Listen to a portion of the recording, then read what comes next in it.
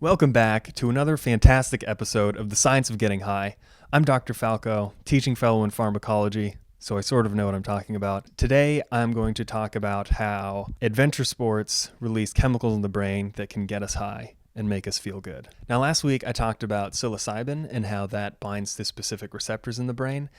Now, there are certain drugs that don't bind to receptors. They just increase the amounts of natural chemicals in the brain. So methamphetamine is actually one of these drugs, and it increases chemicals in the brain that are also released by adventure sports. So today I'm going to talk about a way that you can get high that is similar to meth without the risk of getting addicted to meth. How great is that? I personally really love adventure sports. I do a lot of them, even though I'm not really good at any of them.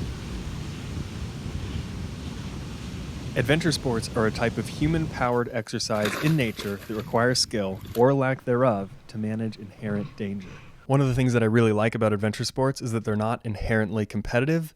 The only goal is to just make yourself better, to kayak different rivers, surf cool waves, climb different mountains.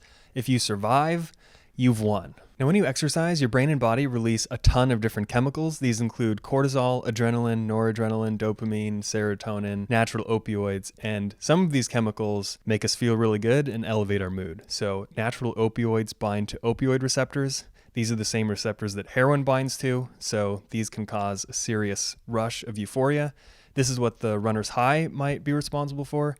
And I'm not going to focus on opioids in this episode because there's other stuff I want to talk about, but I'll cover the runner's high later. Today, I'm primarily going to talk about how noradrenaline and dopamine make us feel good after exercise. Now, dopamine and noradrenaline are stimulatory neurotransmitters, and they have a few different roles in the brain. Some of them include maintaining attention, helping us focus, and they can also give us a feeling of euphoria and pleasure. Some drugs that increase levels of dopamine and noradrenaline in the brain include cocaine and methamphetamine. So two addictive drugs. Dopamine is a neurotransmitter that is involved in a lot of different addictive drugs, and that's because it is a neurotransmitter that makes us feel really good sometimes. Now, dopamine is a really interesting molecule and it has a lot of different roles in the brain, but today I'm just going to focus on how dopamine can increase attention and focus and how it can cause pleasurable effects. And how dopamine causes pleasurable effects is it is what I like to think of as the surprise neurotransmitter. They did an experiment in monkeys where they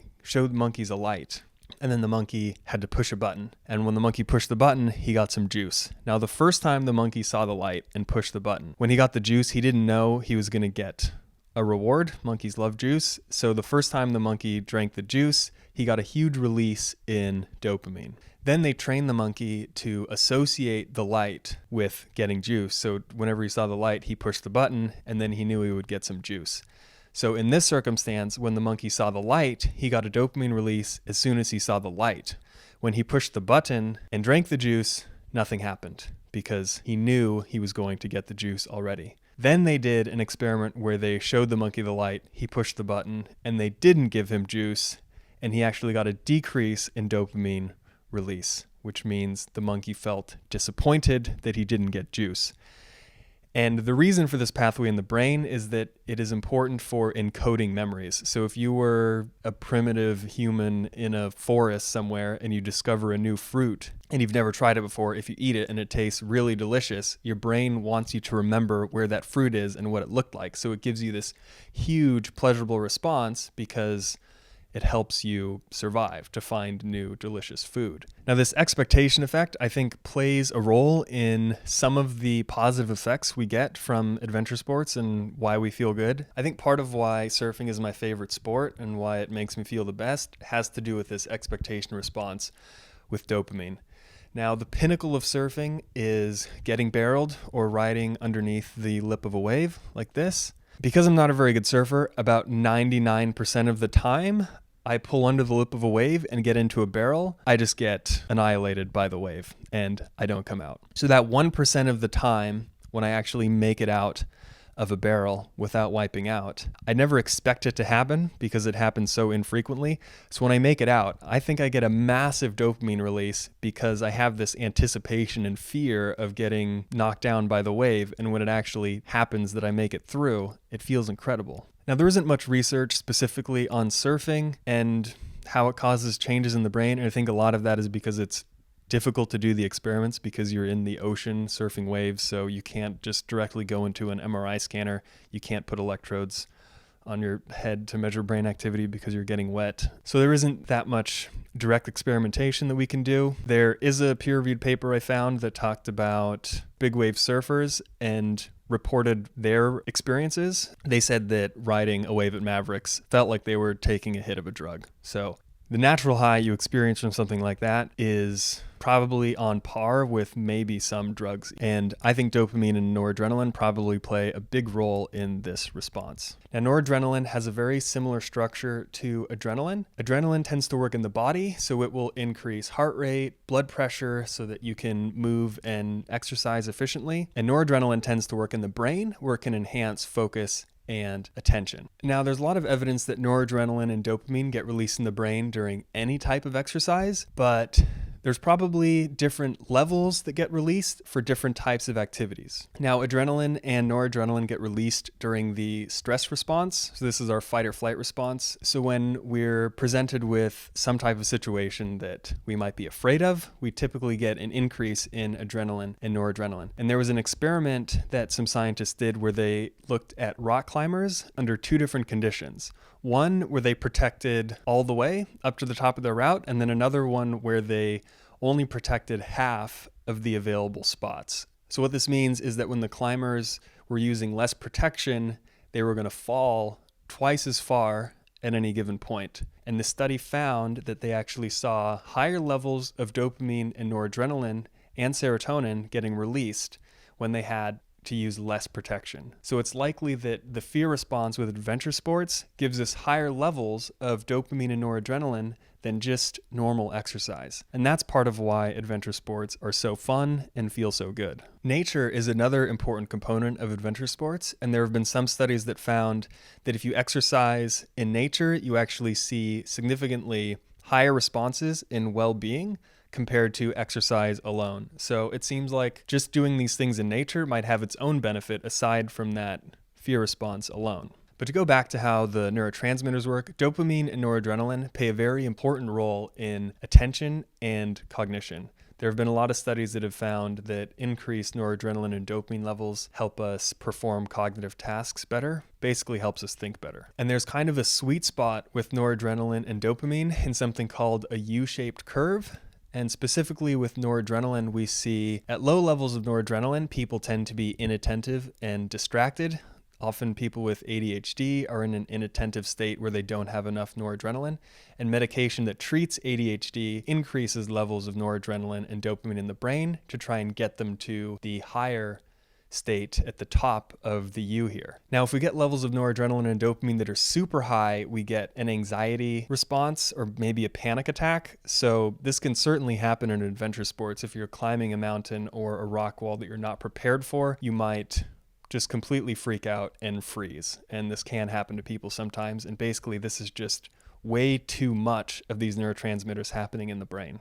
If we can get a sweet spot of dopamine and noradrenaline, though, we can reach something called flow state. And this is a mental state where things feel effortless and fluid. Some athletes call it being in the zone. And next episode, I'm going to spend the whole time talking about it because it is pretty interesting. And it doesn't just apply to adventure sports. It can also apply to writing or painting, even programming. There's a lot of research looking at trying to harness this to try and increase work productivity. I have a theory that adventure sports might increase work productivity in people with ADHD since they have low levels of noradrenaline and dopamine in the brain. If you went rock climbing or mountain biking, reached flow state where you have high levels of noradrenaline and dopamine. If you went to work right afterwards, you might have higher levels of these chemicals in the brain, so you might be able to do whatever boring job you might have, reading or doing computer work, programming, stuff like that. You might do a better job of it. Another thing that flow state does is engage you heavily in the present moment. So last episode, I talked about the default mode network and how if it's overactive, it might lead to depressive states. And in flow state, the default mode network tends to not be active because you're highly engaged in the present moment. You're not worrying about anything. You're not thinking about the future. So it can be a very pleasant sensation to experience. Now, last episode, I talked about pivotal mental states where your brain might naturally release a high amount of serotonin during times of crisis. And I thought that maybe adventure sports like mountaineering might do this. And I didn't find any evidence of this happening in the research. And surprisingly, I found a study where they looked at personality traits of mountaineers and base jumpers. And the mountaineers actually scored really low in a personality trait called self-transcendence. Now, self-transcendence is a personality trait where people tend to have a belief in something greater than themselves. They feel a connectedness to other people and tend to work with others rather than pursue goals just for themselves. And I thought because mountaineers often work on a team with other people that they would score higher in self-transcendence. And also when you're mountaineering, you're probably in a prolonged state of flow where you're not thinking about yourself a lot. I thought that it might be a prolonged state of meditation.